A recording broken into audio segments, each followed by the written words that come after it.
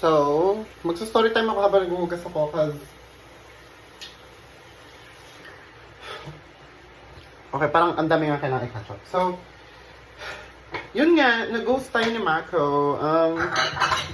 Nag-ghost na ako ni Mako. Ano ba ba? Masaya ako para kali siya pati Barbara. And yes, meron ako hinihintay for a week. And if nothing really happens, maglalakas loob na ako sa crush ko dyan. Sa isang crush ko dyan. May hinintay lang ako pag hindi talaga lang nangyari. Ewan. I might ask him out. Some of my friends already know him. Actually, matagal na. And actually, crush ko pa siya nung grade 11. So, story time. Nung grade 11 kasi, I had a... Doon, talagang, nung grade 11, grade 10, 11, and 12, ayun yung era na talagang lumalandi ako, girl. Like, wala. I'm trying to, like, find guys. I don't know.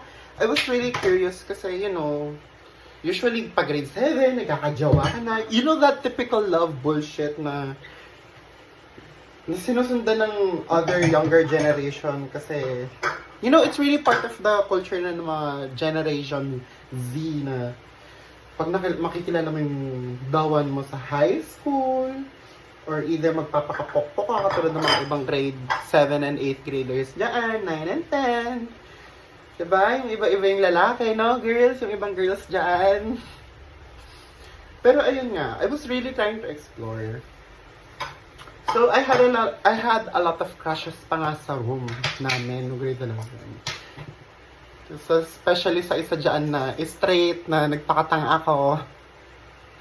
Anyways, hindi ko na siya mutual sa Insta or Facebook ngayon kasi nawala na yung una kong FB account. Pero besides that, ano na ba? Nagkaroon kasi akong isang crush. Actually, halata naman siya na gay lalo siya. And, nung grade 11, I really tried rin. Ano yun? Hi siya. Every time na nakikita ko siya, I really, like naghahanap akong paraan para, mapalapit ako sa kanya, which kind of worked. Napaklose ako ng onti sa crush ko na yung grade 11. Slight lang. At least, nakaklose ko siya somehow. And then, up until now, nag-uusap kami ng crush ko na yun noon. And ngayon. So, ayun. Actually, recently nga lang rin, we catched up sa PSU. O, di ba, nagkita pa kami? Nagkita kami sa school. Tapos, nag-catch up kami. Na mayor nga siya ngayon. Tapos, naiinis siya sa mga kaklase niya. Kasi, napaka-clear ng instructions. Tinatanong pa ulit, parang, 1 per sheet of paper ba, ma'am? Parang ganyan. Okay, cringe, pero ayun nga. We got to catch up lang recently. Ano siya? Under siya sa engineering?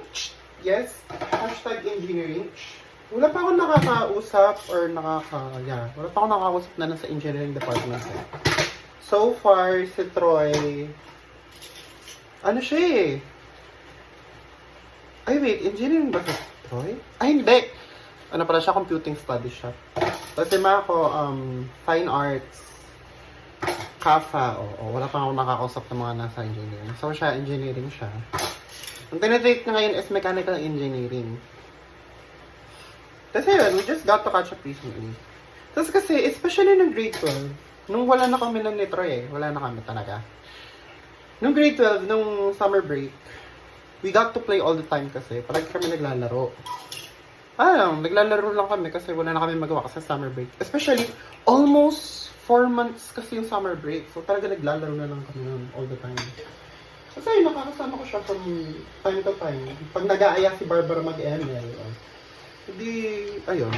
Especially kasi minsan pag nag-aaya, I really try to hit on him na parang namimiss na kita, laro na tayo. Or even sinasabi ko pa nga na, tayong dalawa na lang kaya,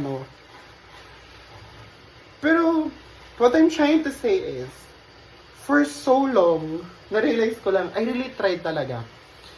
Nung grade 11 pati 12, I really tried to hit on him. Ewan ko lang kung nahahalata or anything. pa nga.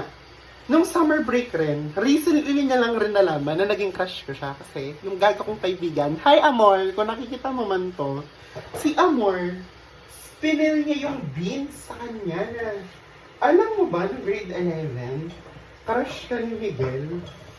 In-game pa ha, like, in-game na voice chat sa ML. Voice chat sa ML, narinig yun ng crush ko dati. Anyways, wala siyang reaction. Ewan ko kung anong reaction niya kasi in-game lang. Kasi meron pa nangyari. Nung bago pa kami lalong mas maging close ni Shay. Nung parang kayo man nagsasama ni Shay noon. One time kasi, uwian after CWATS, tapos sila Shay, LTS, tapos siya rin LTS. Nung pauwi na kasi kami, sakto, nadaanan namin siya. Nandun siya sa IDOC building, malapit sa Dr. Ernesto na gym. Nakita namin siya, so inayan na namin siya. Sabi namin, tara, sabi ka na sa amin. Tapos, bago rin kasi kami dumiretso sa Sakayan, Pagwagwa. Nag-CR muna kami sa building nila siya, sa COE, para malapit sa gate 1. Doon kami. Tapos ngayon, ang hindi ko alam, tinitiz na pala ako nila siya, pati Yunari, na parang, uy, Yuna, no? Ay, parang, sabi na sa isa pa, Yuna, parang bagay sila mix, pati no? Hindi ko man naririnig yung promise, hindi ko naririnig. Nalaman ko na lang nung tinawag ako ni Crush, na sabi niya, Migs. Sinabi lang sa akin literal, kasi pinapayungan niya ako, putang ina. Tapos, parang sini ko lang lightly. Tinatap niya ako na parang nire-remind niya ako na sinasabi nga sila yun na pati Shay. Tapos, sabi niya, pay ka ba ng mix? Bagay raw tayong dalawa. Girl, nung sinabi niya yun, hindi talaga ako makapag-respond kasi nga, bitch, alam niya talagang crush ko siya noon. And it's just, embarrassing na wala akong ma-respond doon. To be honest, wala akong masabi. So, ayun lang. Tignan natin by the end of the week. If walang mangyayari, meron lang ako hinihintay. Tapos may hinihintay lang ako, and then, if hindi siya matutuloy, I'll go ask him out on a date. May hinihintay lang ako. It's a sign. I'm waiting for a sign. And if hindi matuloy yung sign na yun, edi, yeah, I'll ask him out on a date.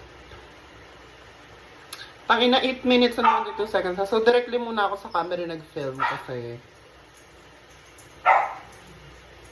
ayoko na ng isa-isa mamaya. Ika-cut-cut ko na lang. So, yeah.